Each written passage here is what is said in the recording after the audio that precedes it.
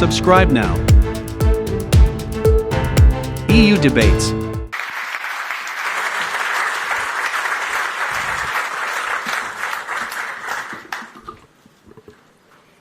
Thank you very much. First of all, Madam President Chaputova, Prime Minister Heger, dear Eduard, Prime Minister Karinc, dear Christianis, what a pleasure to see you here, and I see the Prime Minister of Georgia, too. Ladies and gentlemen, Excellencies, before I start to reflect on what we heard from President Zelenskyy, I want to thank this country, Slovakia, for your outstanding generosity and solidarity with the Ukrainian refugees you're receiving here. It's almost 700,000. You've opened your hearts, you've opened your minds. History will never forget your gratitude, your solidarity, and the shining example you are. So many, many thanks for that.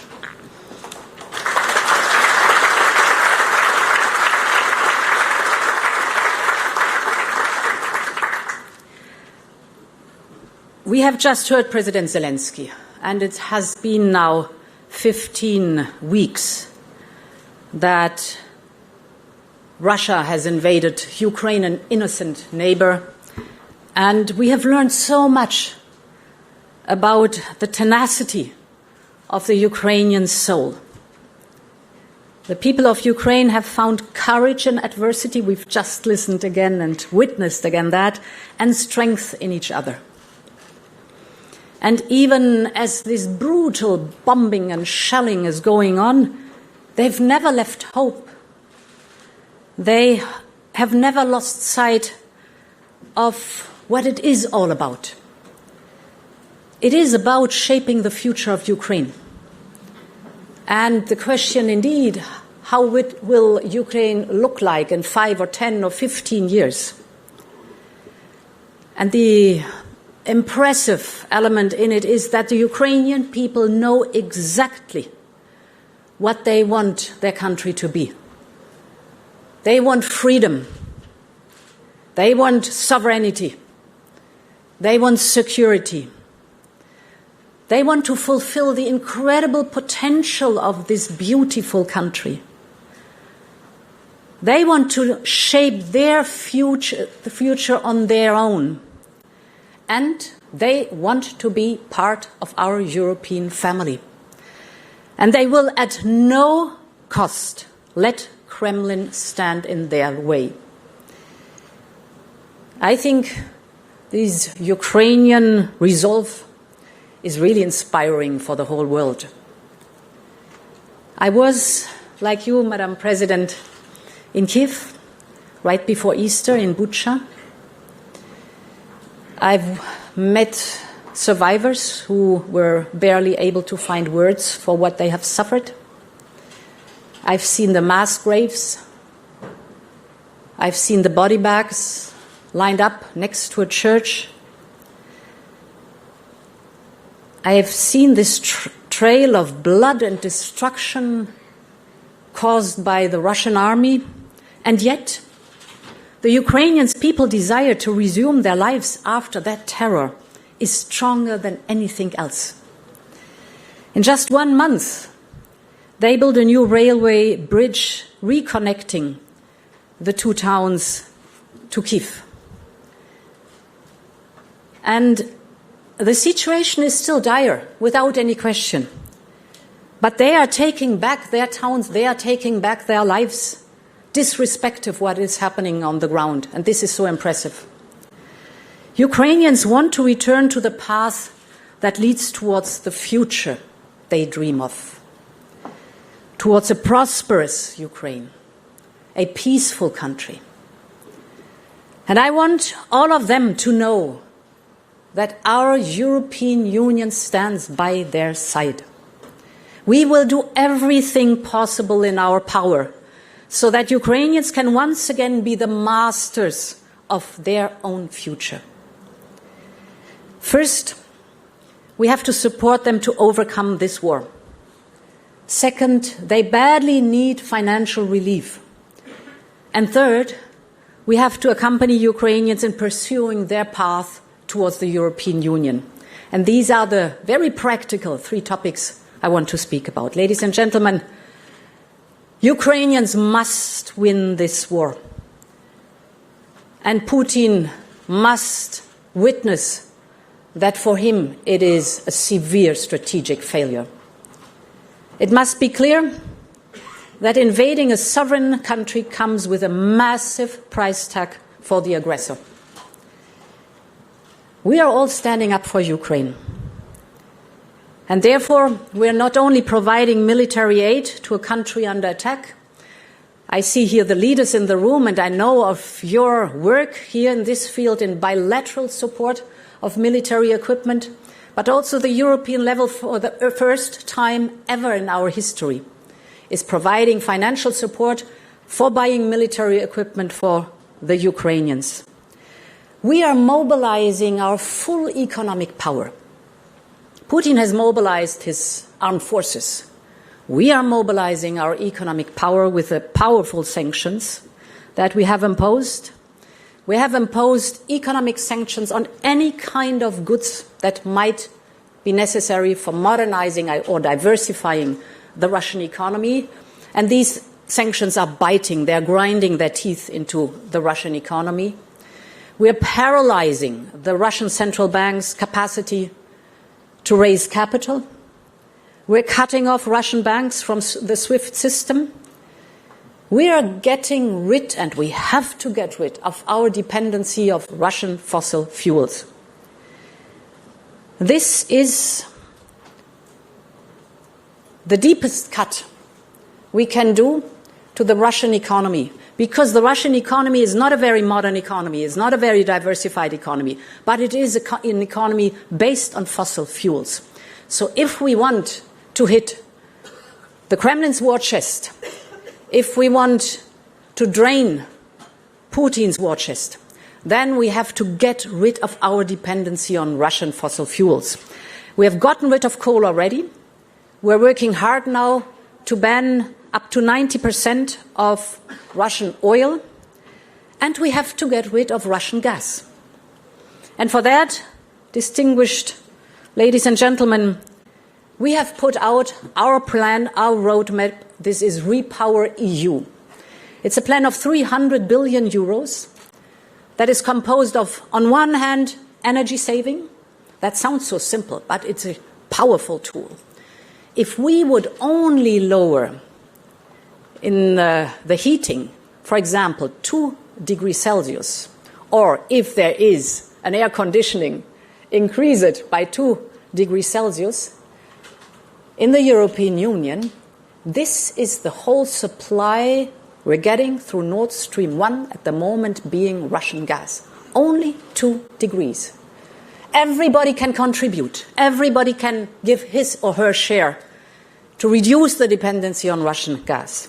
Second, we have to diversify away from Russia and Russian gas to our trustworthy and reliable suppliers, like, for example, the United States, but also others. So we've now formed a joint platform to purchase together gas elsewhere in the world, because we know we also have, as 27, a huge market power. And the third topic is the most important one. That is, we have to massively invest in renewable energy. Renewable energy, we all know, it's good to fight climate change. But it is also good to fight the Kremlin's aggression against Ukraine. Because renewable energy will replace Russian gas. Every single kilowatt hour we get from solar, wind, biomass, you name it, hydrogen, is a kilowatt hour that we will be reducing our dependency on Russian fossil fuels. And therefore, we know that renewable energy, as I said, is not only good for our climate, it is also good for our independence, and it is also good for our security, energy of supply. And they are homegrown, and they create good and quality jobs here in the European Union. And then we have to do everything possible to support Ukraine to keep up its economy. According to the United Nations, Ukraine's economy output might fall by 50% this year. Yet millions of Ukrainians still need to make their living. So to support them, we have suspended all duties and all quotas on Ukrainian goods. And we are setting up solidarity lanes now to try to get out of the country as much wheat or cereals or corn and agricultural products as we can. Because you know that Putin is blocking the export of wheat via the Black Sea. It is atrocious to see that deliberately, Putin is blocking the wheat supply of the world. 50% of the World Food Programme comes from Ukraine's wheat. We desperately need that wheat. But he's driving his war in taking not the slightest responsibility for being the one who one day has to stand up for the fact that people are dying of hunger and famine will be big again and hunger will be a driving motor again in the world. He is deliberately bombarding warehouses with Ukrainian wheat. At the moment being, we have 20 million tons of Ukrainian wheat stuck in Ukraine. So we have to do everything to get it out via our green lanes. This is not trivial, but it is absolutely worth every single effort. We know that Ukraine could literally feed the world. About 2/3 of the country are covered with the so-called black earth, one of the most fertile soils of the world. And there's this beautiful Ukrainian flag, which symbolizes the yellow fields under a blue, blue sky. This is Ukraine, and we want this Ukraine to have a future. And this leads me to my third point, that is economic support and reconstruction. Ukraine needs economic and financial support now. We know that at the moment being, Ukraine needs per month 5 billion euros just to make it, to pay the pensions, to pay the salaries, to have basic services continuing, like health service, for example. So we need to set up a mechanism that there is the basic support, financial support of round about 5 billion euros per month for Ukraine. G7 started and put out 9 billion already. 7.5 billion of those are from our American friends and 1 billion from Germany in grants. We, the European level, proposed now to match this and to put up an extraordinary macrofinancial assistance. We're discussing that in the European Council, but this is the minimum we can do to support Ukraine to make it through the next month financially. But what is also as important as the now is that we start to think, and President Zelenskyy did it on screen, that we start to think now about reconstructing this beautiful country, Ukraine. And for that, we want to build a platform. And President Zelenskyy spoke partially about it. We want to create a platform where all these initiatives that are out there, be it, for example, from our American friends, but also World Bank, IMF, OECD, G20, you name it, bilateral countries, all these initiatives and financial support are channeled on a platform where we together decide on the direction to travel. This platform is led and owned by Ukraine because it's Ukraine who decides on its future. But together with them, we want to engage in from the very beginning on to shape this platform in a way that we have investment with reform. The European Commission will stand by Ukrainian side with all the track record we have, with all the experience we have, to help them, that the investment is effective, combined with the necessary reforms that then will, of course, pave the way into the European Union. It is for us important that there are reforms on the administrative capacity, for example, on a strong rule of law, on an independent judiciary, always the fight against corruption, but also creating a conducive environment for the business sector so that investors have confidence and trust and come back and invest in Ukraine. Ukrainians are fighting so bravely because they know exactly what kind of future they want. A future of a free and open society belonging to a strong democratic community. They want to join the European Union. We've heard it over and over again. I think it's not only our strategic interest, but it is our moral duty to make it possible that they join our European Union and that we pave the path towards our union.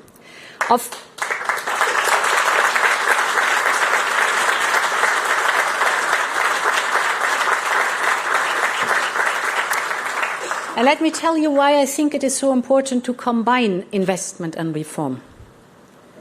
Because, of course, our standards and conditions in an EU accession process must be met.